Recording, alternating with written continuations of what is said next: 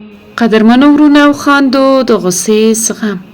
غصه یو طبیعي انساني احساس دی، خو که مهار نشي داسې اور دی چې تر هر څه وړاندې په خپله د انسان آرامتیا او شخصیت سوځوي.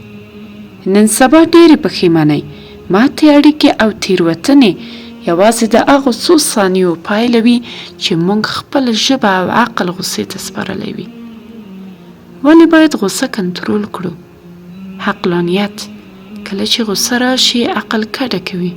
په غصه کې اخیستل شوي تصمیمونه نږدې 100% غلط وي.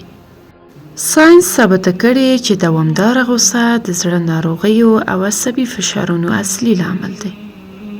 نبوي لارښوونه: زموږ ستر پیغمبر صلی الله علیه و آله وسلم فرمایلی دي: قوي هغه څوک نه دی چې په غېږه کې چاته ماتې ورکړي، بلکې قوي هغه دی چې د غصې پر مهال ځان کنټرول کړي.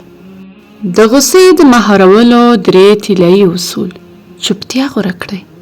کله چې غصه درغله، لومړی کار دا وکړئ چې خوله بنده کړئ. یوه بده کلمه کیدای شي یو عمر مینه له منځه یوسي. حالت بدل کړئ. که ولاړ یاست کښېنئ، که ناست یاست پرېوځئ. دا فزیکي بدلون ستاسو د مغز د هیجان کچه راټیټوي. له ځانه وپوښتئ چې آیا دا موضوع تر دې ارزي چې زه خپل وقار او سکون پرې خراب کړم؟ غصه د لیونتوب یو ډول دی. پیل یې حماقت او پای یې پښیماني ده. راځئ هڅه وکړو چې د خپلو احساساتو غلامان نه، بلکې د خپل نفس پاچاهان واوسو. د غصې تیرول ترخې لري، خو میوه یې تر هر څه خوږه ده.